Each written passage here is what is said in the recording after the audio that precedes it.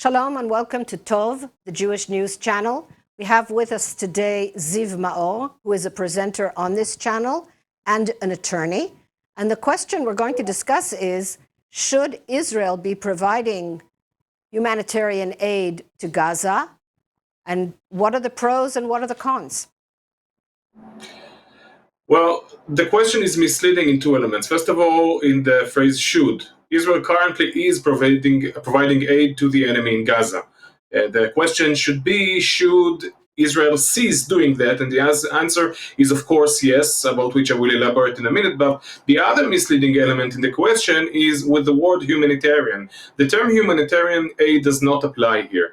The term humanitarian aid, first of all, implies that there are humans that should be treated as human on the other side, which is not the case. More and more evidences that come from Gaza show that there are no uninvolved individuals on the other side. Everyone there conceives themselves as an audience. Only last night, the Israeli public was exposed to an interview with one of the hostages that was released from Gaza and says that she was held in a children's room when the family that owned the house lived there and captivated her actively. She shared the room with 3 and 6 years old children of this family, to the point that you can say that there are no uninvolved individuals over there. There are no humans there in the sense of humanitarian aid, meaning that the idea, the logic behind the concept of humanitarian aid, wow, this was yeah, Somebody didn't like what you said. Yeah, I'm assuming this shot will go into the bloopers of Tov TV, but guys, find a way to cut it out from this interview. Anyway, the presumption that there are humans over there that are entitled to humanitarian aid is false, because the very logic behind the concept of humanitarian aid is that there is an ability to distinguish between uninvolved individuals and fighters, which is not the case over there. Now, this is an issue that needs to be pinpointed in the strategic level, which is, after World War II, the West has decided that the agony that the world went through during this horrible war was a consequence of the fact that the parties, mainly the bad guys, the Nazis and the Axis states, did not distinguish between citizens and warriors and soldiers.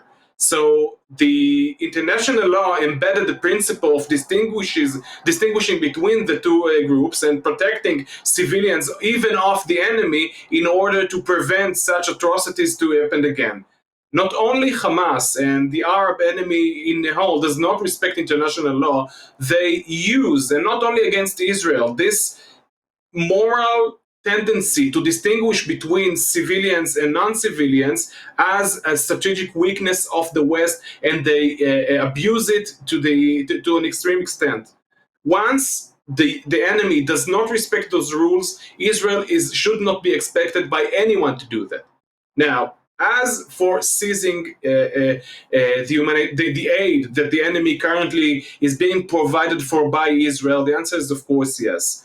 The idea to provide this aid to begin with was a folly, and as long as time goes on, it's being proven more and more to be so. It is a consequence of pressure, political pressure, mainly on behalf of the American State Department, which does not wish to see Israel prevails this war, but otherwise somewhat regaining the status quo, according to which the anti-Semitic enemy in Gaza rockets Israeli civilians from time to time, and Israel copes with it. This is the aim of the American State Department, according to which they keep on demanding that we provide the aid to the enemy.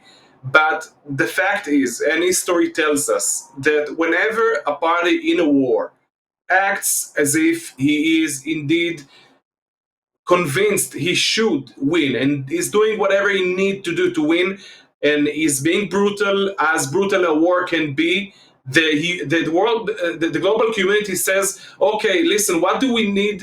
What should we do for you to stop fighting? The harder you fight, the more lenient the global community becomes. When you do stupid actions such as providing aid to the enemy, the community says, okay, how can we pressure you more to do more things against your victory, to do more things against your own interests. This is the message that the global community gets from us keeping on sending oil and food and medicine to Gaza, and eventually parcels that end up in the hands of Hamas and not in the hands of the so-called civilians over there, because Hamas takes over them. Only last week we've seen the IDF spokesman exposes the fact that most of the parcels end up in the hands of Hamas, and even though this is the fact that this is an information that Israel has in the intelligence level and it shares it with its allies, we are still being demanded to provide this help not to the civilians of Gaza as if there were any innocent civilians over there, but directly to the hands of the enemy. Under these circumstances, Israel should stand for its own and says that there will be no more aid provided. Until such a blunt statement comes out of our leadership, I don't see any victory in the horizon. Okay, so I want to understand, and let me just sum up what we have so far. You're saying that Israel should never have begun providing or allowing the provision. I don't think it's Israel who's actually providing these provisions, but allowing the provisions to go in.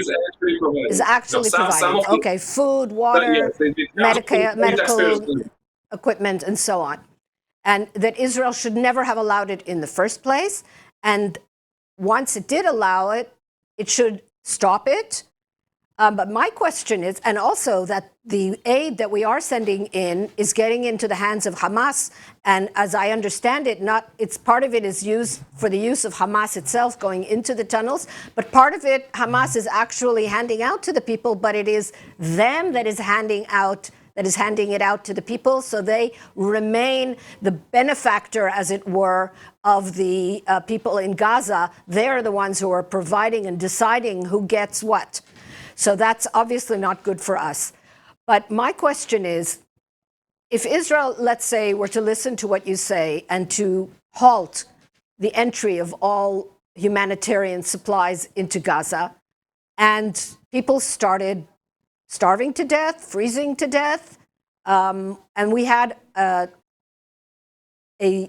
photographed humanitarian disaster going out all over the world on telephone screens, then what's to say the United States wouldn't say to us, this can't go on, you have to stop the war, we're going to stop sending you munitions. And sadly, we are completely dependent on the United States for munitions to continue this war. And we may have another war in the north, which probably has already started to some extent. As for the humanitarian crisis that is supposed to wash the phones around the world, well, the solution to this crisis is south of the border or west of the border in Egypt. And the demand from Egypt to be the first station for refugees from the Gaza Strip to go to and to obtain humanitarian help before they move on to a third country that is willing to absorb them is something that happens at wars. It happened just a few months back, the war between Armenia and Azerbaijan. This is how wars work. Now, if Egypt is refusing to accept those refugees, even temporarily, and when I'm saying refusing, I'm also saying that it should be very extensively compensated by the global community for her trouble for accepting those refugees temporarily. If it refuses to do so, then Egypt, not Israel, should be the subject of the political pressure. The border to Egypt, between Gaza and Egypt, is open westward. The Gazans are free, as long as Israel cares about it, to cross the border and to receive aid in Gaza.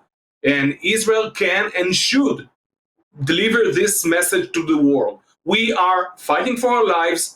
We are not to be expected to take care of our enemies' lives at the moment. If the global community does care about them, then it should pressure Egypt about giving them the place where they should receive humanitarian aid. This is how a fighting party expresses themselves. This is how they deliver messages to the world.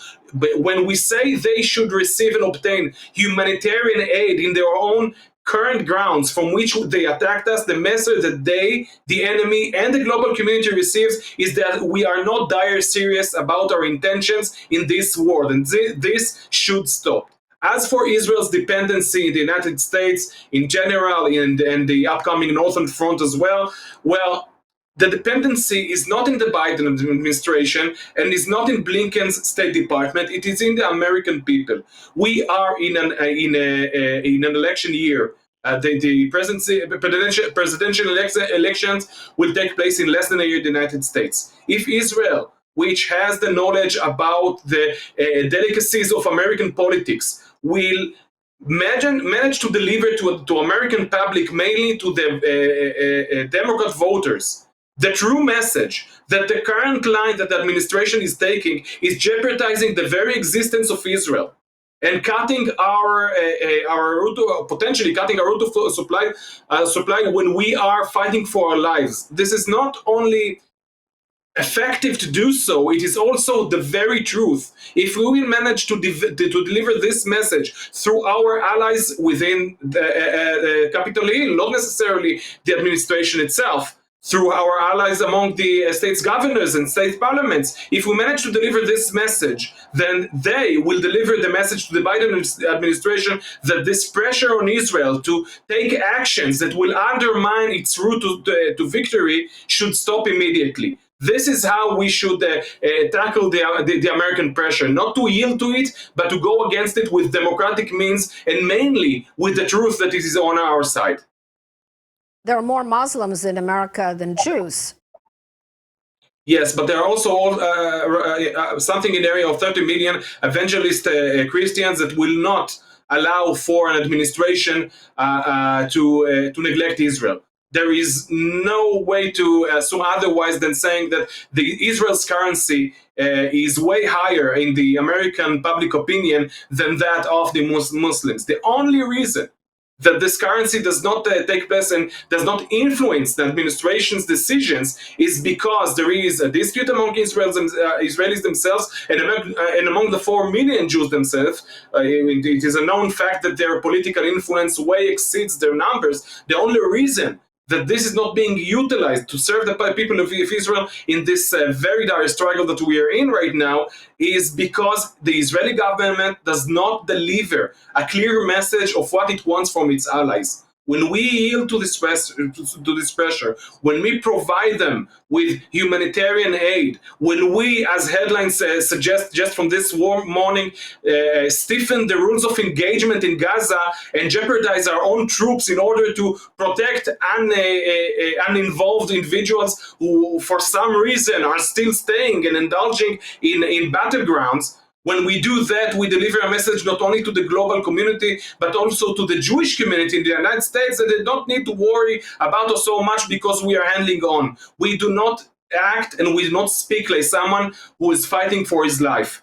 We are acting like someone is not completely serious about his intentions, and this is the message that our current government delivers to the White House, to the Jewish community, to the global community. This should stop and can be stopped if the message is managed wisely. Okay, thank you very much. So you're saying the problem is on our side. We're not sending a message that's strong enough. We're speaking out of both sides of our mouth, as it were, on the one hand, fighting the war, and on the other hand, sending in humanitarian aid and support for the enemy, which doesn't make sense at all. And we're the ones who have to send a stronger message. Thank you very much, Ziv Maor. And thank you to all our viewers. Don't forget to subscribe to all our channels on YouTube, Telegram, WhatsApp, Instagram, and all the others. Thank you.